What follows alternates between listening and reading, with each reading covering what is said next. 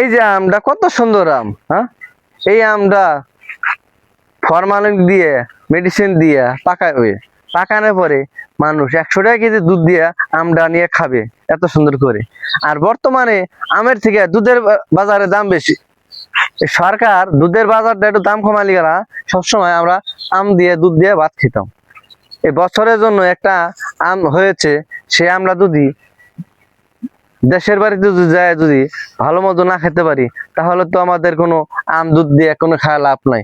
বর্তমানে আমের থেকে দুধের বাজারের দাম বেশি, সেই জন্য সরকারকে বলা দরকার যে দুধের বাজারটা সবসময় দাম কমিয়ে দিক, এবং সরকারে যে রেটে ফরমালিন করতেছে সবকিছু, এই ফরমালিনের জিনিস খালি গেলা মানুষে বর্তমানে মারা যেতে পারে, এবং সরকারকে বলা দরকার ফরমালিনের জিনিস খাওয়া সবসময় নিষেধ।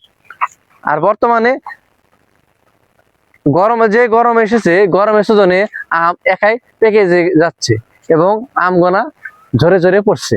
বর্তমানে আমের যে টেস্ট, সেই টেস্টটা ফরমালিতে চলে যায়। বর্তমানে আমের অনেক স্বাদ।